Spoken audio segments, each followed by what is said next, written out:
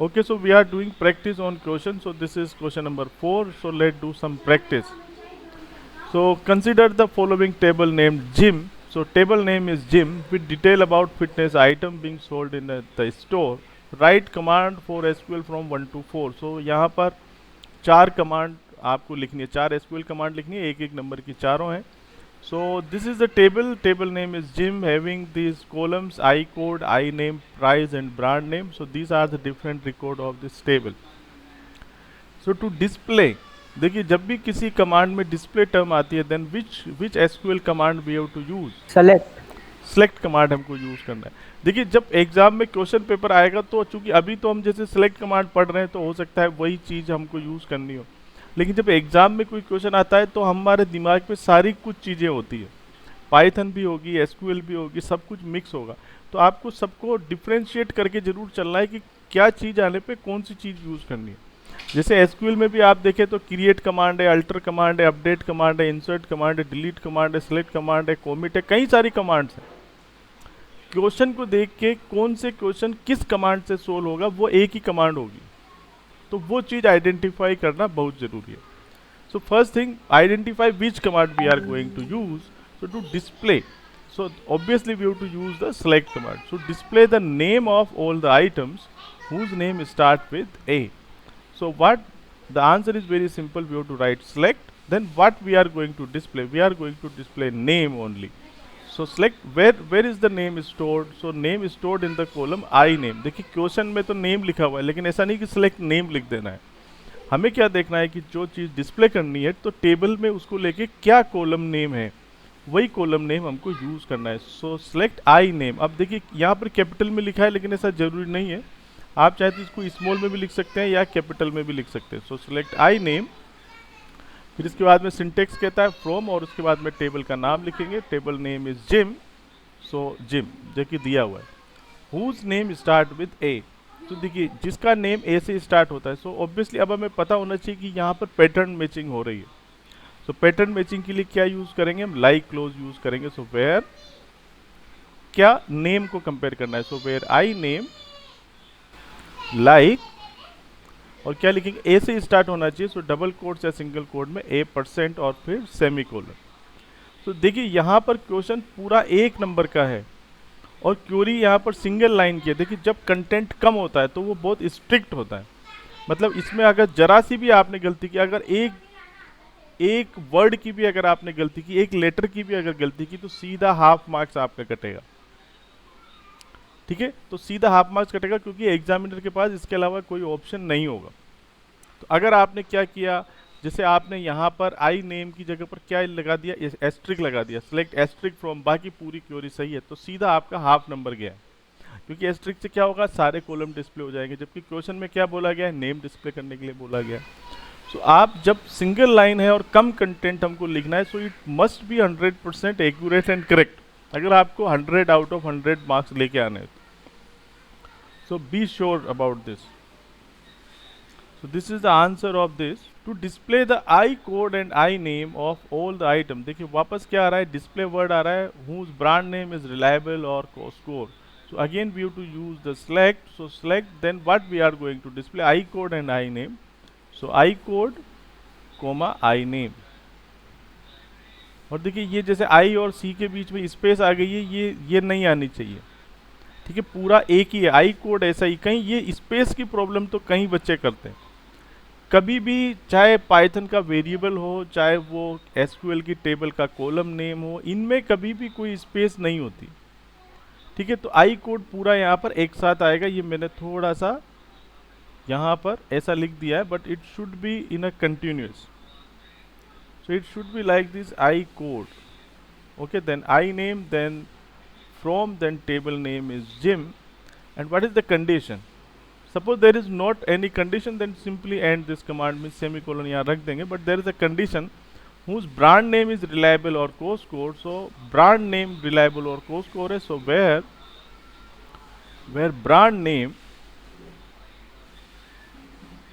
equal to reliable.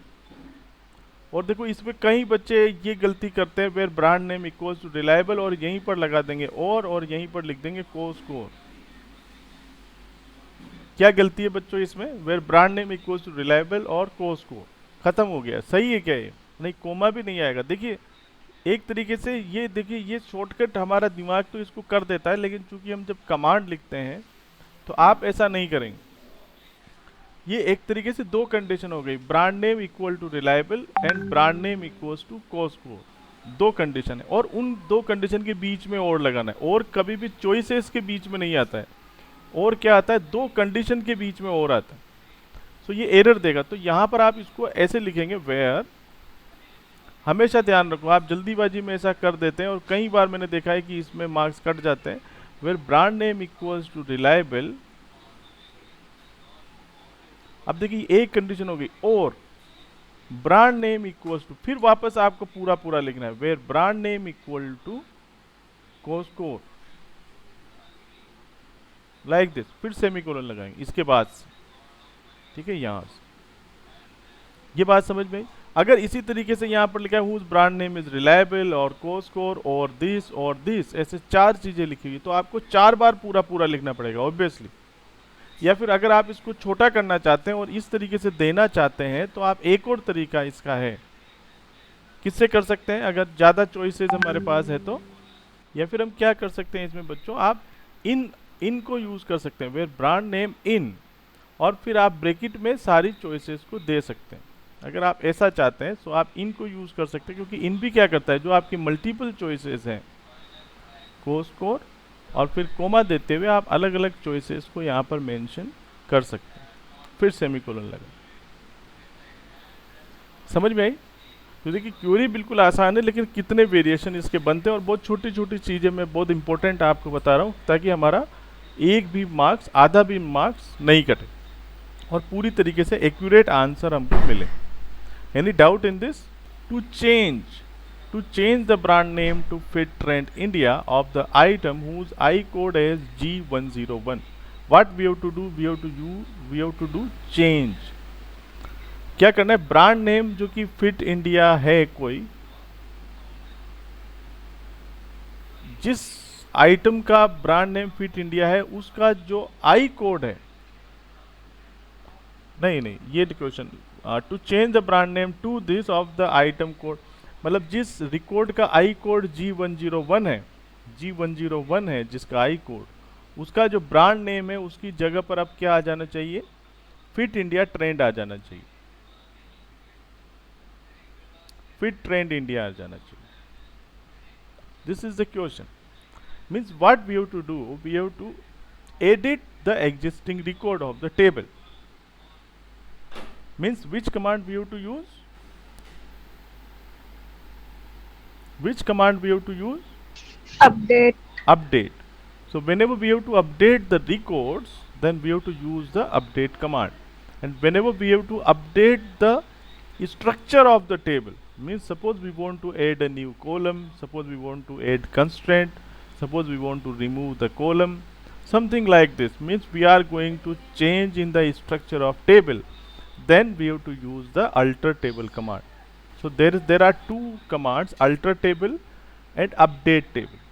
Both are used for change, but alter is used to change the structure of table, while update is used to change the records of the table. So here we have to use this update command. So we have to write update. What is the syntax? Update, then the name of the table, that is Jim. Then we have to write set. Set means what we are going to set. Set brand name equal to, then the new value that you want, we want fit trend India. अगर इस command को यहीं पर आप and कर देंगे, then what will happen? जितने भी रिकॉर्ड है सबका brand name fit trend India हो जाएगा। बट हमको सिर्फ उसी का चेंज करना है, where I code equal to G101। So सिर्फ जिस रिकॉर्ड का आई कोड G101 है, सिर्फ उसी का जो ब्रांड नेम है वो फिट ट्रेंड इंडिया होगा। क्लियर बच्चों? Any doubt in this? Add a new row for the new item in gym with the detail. Which command we have to use? Obviously we are going to insert a new row, new record, new tuple. So we have to use the insert command, insert into then the table name is Jim. अब देखिए यहाँ पर ये क्या है, ये हमारा आई code है, ये क्या है, ये आई नेम है, ये क्या है, प्राइस है, और ये क्या है, ब्रांड नेम है। तो चारों की वैल्यू दी हुई है तो कोई प्रॉब्लम नहीं, इंसर्ट इनटू जिम वैल्यूज लिखेंगे सीधा। मैं यहाँ पर रुका क्यों क्योंकि अगर यहाँ पर सपोज इसमें 4 कॉलम है और अगर यहाँ पर 3 ही वैल्यू दी होती तो आप क्या करते हैं, इंसर्ट इनटू जिम और यहीं पर ब्रैकेट लगा के वो सारे कॉलम की लिस्ट देते। क्योंकि insert into gym direct values लिखते हैं तो फिर आपको सारे कॉलम की वैल्यू प्रोवाइड करनी पड़ती है। अगर आप कम की वैल्यू प्रोवाइड करेंगे तो यहाँ पर आप कॉलम की लिस्ट देंगे तो फिर सिर्फ उन्हीं कॉलम्स की वैल्यू हम प्रोवाइड कर सकते हैं। Insert into gym values, then अब देखिए ये तो सीधा सीधा आपको ऐसा कैसा यहाँ पर लिख देना है, ये जो भी लिखा हुआ है, then 21,000, then comma, then this. Okay, so जो भी यहाँ पर लिखा हुआ है उसको वैसा का वैसा हम लिख देंगे। So it is very easy. So 1 marks 4 questions. Okay, any doubt in this? बच्चों क्वेश्चन सोल्व होना बहुत जरूरी है। सो this is about this question number 4। So let have this question number 5. Okay, so this is answer the question first used on the following table. So table name is faculty. This is just 1 marks question. Identify the primary key in the table faculty. इस table में वो column आप बताइए जिसको आप primary की रख सकते हैं। So what should be the answer? क्या आंसर होगा इसका? F number. F number. This is very simple. सो किसी भी टेबल में जो कॉलम आपको दिए हुए हैं, तो अगर आपको प्राइमरी की पता करना है, तो व्हाट इज प्राइमरी की? प्राइमरी की इज अ कॉलम और अ लिस्ट ऑफ कॉलम्स और a collection of columns that uniquely identify tuples with in the relation, मतलब जिसकी वैल्यू क्या होगी, यूनिक होगी। तो ऑब्वियसली आप देखेंगे एफ नंबर जो होगा वो सबका यहाँ पर यूनिक होगा। नेम क्या हो सकता है, रिपीट हो सकता है, एज भी रिपीट हो सकती है, डिपार्टमेंट भी रिपीट हो सकता है, ग्रेड भी रिपीट हो सकती है। तो सिर्फ एफ नंबर है जो कि रिपीट नहीं होगा। तो आपको सिंपल वो कॉलम देखना है जिसकी वैल्यू हमारे पास यूनिक है। So answer is very simple, F number. और अगर इसमें कहा जाता है identify the primary key in the table faculty by specifying the suitable reason for selection, आपको रीजन भी लिखना है कि that why you select this. So simply reason, what is the reason? Because it having all the unique values. Because, so आप लिख देंगे because it have all unique values. Okay, so this is the reason. हालांकि यहाँ पर question में नहीं पूछा है। Okay, so this is very simple. So let we have this question number 6. So in question number 6 you can see given the following table structure and sample data. So there is a table called Sargam which having this and the data of this table are this. Then we have to answer this 6 questions. Let's talk about this question number 6. So given the following table structure and sample data, table name is given. So these are the different columns of this table. These are the different data types which are given. The data limits are given. Different constraints are given.